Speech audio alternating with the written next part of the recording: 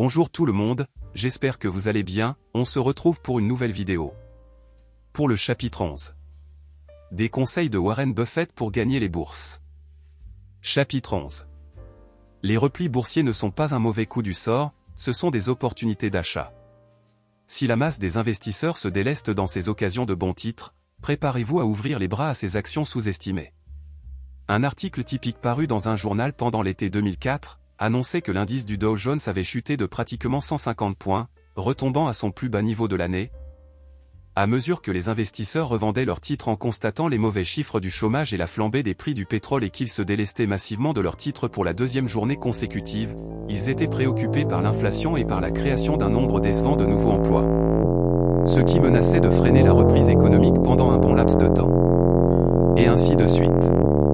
Supprimez les chiffres du paragraphe précédent et vous pourriez vous en servir comme modèle pour un grand nombre d'articles rédigés au cours de ces dernières décennies. Des événements négatifs se produisent dans le monde et voilà que les marchés s'effondrent. Des événements positifs leur succès, et voilà que les marchés se redressent. Puis voilà qu'ils reculent à nouveau et que la bourse et son environnement immédiat se met à paniquer. Panique est un mot qui a peut-être été banni du vocabulaire des marchés financiers, mais la réalité de la réaction de panique est toujours présente.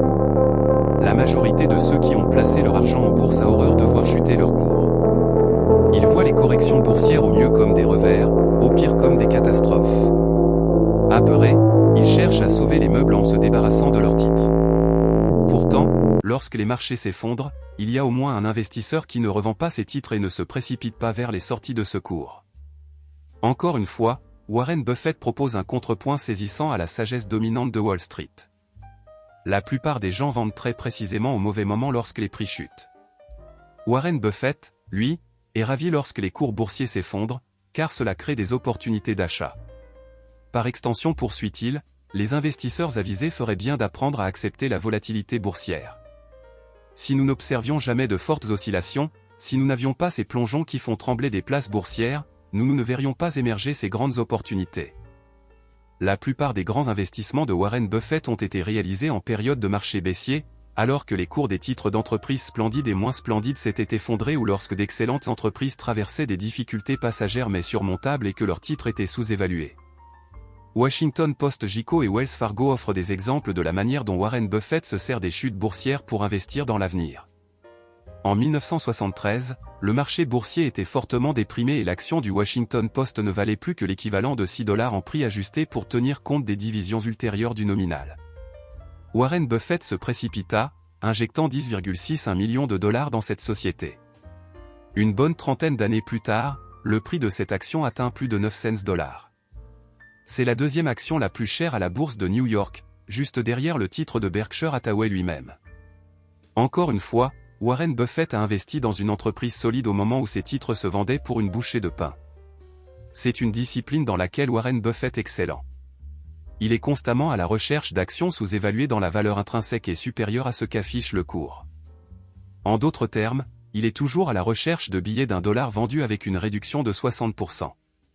Rechercher des entreprises de qualité qui sont soldées pour des raisons autres que leurs fondamentaux sous-jacents ou la qualité de leur gestion. En raison des caprices des marchés financiers souvent dominés par l'avidité ou la peur, les titres d'excellentes entreprises voient parfois leur cours s'effondrer, ce qui représente une opportunité magnifique de saisir leurs titres au rabais.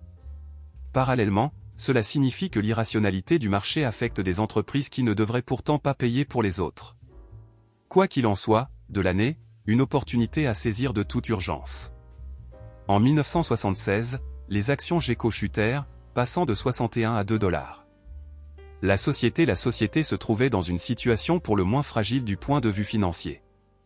Warren Buffett était pourtant persuadé des possibilités de redressement de GECO car elle possédait une importante franchise, un atout concurrentiel qui était possible de défendre dans le secteur de l'assurance une direction stable. Par conséquent, Warren Buffett se mit à accumuler des actions GECO investissant au final $46 millions dans la société. GECO avait mal été évalué d'après Buffett. Il ne restait plus qu'à concrétiser son investissement et à attendre qu'une évaluation plus juste soit publiée. Ainsi, que nous l'évoquions précédemment, cette réévaluation finit par avoir lieu. Et la part de $46 millions de Buffett se transforma en une part valant $1 milliard. En 1990, Buffett a racheté 5 billions d'actions Wells Fargo Bank d'un seul coup, à une époque où le titre bancaire se vendait au rabais en raison d'une série de créances douteuses et d'un climat d'affaires défavorable. Wells Fargo connaissait des problèmes, notamment en raison du repli du marché immobilier californien. Mais Wells Fargo plaisait à Warren Buffett. Il appréciait son équipe de direction, son activité et surtout, il aimait ses actions à petit prix. La morale à retenir de ces histoires, et il y en a beaucoup d'autres, est que Warren Buffett a acquis de nombreux titres, d'excellentes entreprises. À un moment où il se vendait au rabais en raison de la situation boursière ou économique. Pratiquement toute entreprise, quelle que soit sa solidité, traversera une difficulté à un moment ou à un autre et verra le cours de son action baisser. Ce sera alors le meilleur moment pour acheter, car au bout d'un certain temps, le marché boursier reconnaîtra la valeur de la société et le prix de son action grimpera. Ainsi que l'écrivait Benjamin Graham, le mentor de Warren Buffett, l'investisseur, qui se permet de céder à la panique ou à une inquiétude mal placée en raison des reculs injustifiés du marché boursier affectant son portefeuille transforme de manière illogique un atout fondamental en un gros désavantage. La fluctuation des cours ne peuvent avoir qu'un unique sens pour le véritable investisseur. Elle lui apporte l'occasion d'acheter intelligemment lorsque les prix chutent et de vendre avec sagesse lorsqu'ils bondissent. Comment injecter un peu de la magie de Buffett dans votre propre technique d'investissement? Voici quelques suggestions. Changez votre manière de voir les choses. Reprogrammez votre mentalité en tant qu'investisseur. Apprenez à aimer un marché en baisse car il ouvre des opportunités. Ne rejoignez pas la cohorte de ceux qui agissent sous le coup de la panique lorsque la bourse chute. Recherchez sans cesse la valeur. Les meilleurs investissements de Buffett ont été réalisés lorsque des cours des actions étaient en repli dû à la situation boursière ou aux difficultés passagères d'une entreprise. L'astuce consiste à reconnaître la différence entre un revers temporaire et une faille véritable et fatidique dont souffrirait l'entreprise. Lancez-vous lorsque les 3 critères de Buffett sont réunis. Lorsque dans votre champ de vision d'investisseur, il apparaît une entreprise solide dotée d'un atout concurrentiel durable, d'une direction stable et dont les titres se vendent pour une bouchée de pain. Lancez-vous, même si pour débuter, vous n'achetez qu'un petit nombre de titres. Dernier conseil pour finir ce chapitre, on se retrouvera pour une prochaine vidéo. Buffett affirme que les investisseurs ne sont pas perdants lorsque les marchés chutent. Les perdants, ce sont les désinvestisseurs. Alors soyez comme Warren Buffett, soyez un investisseur.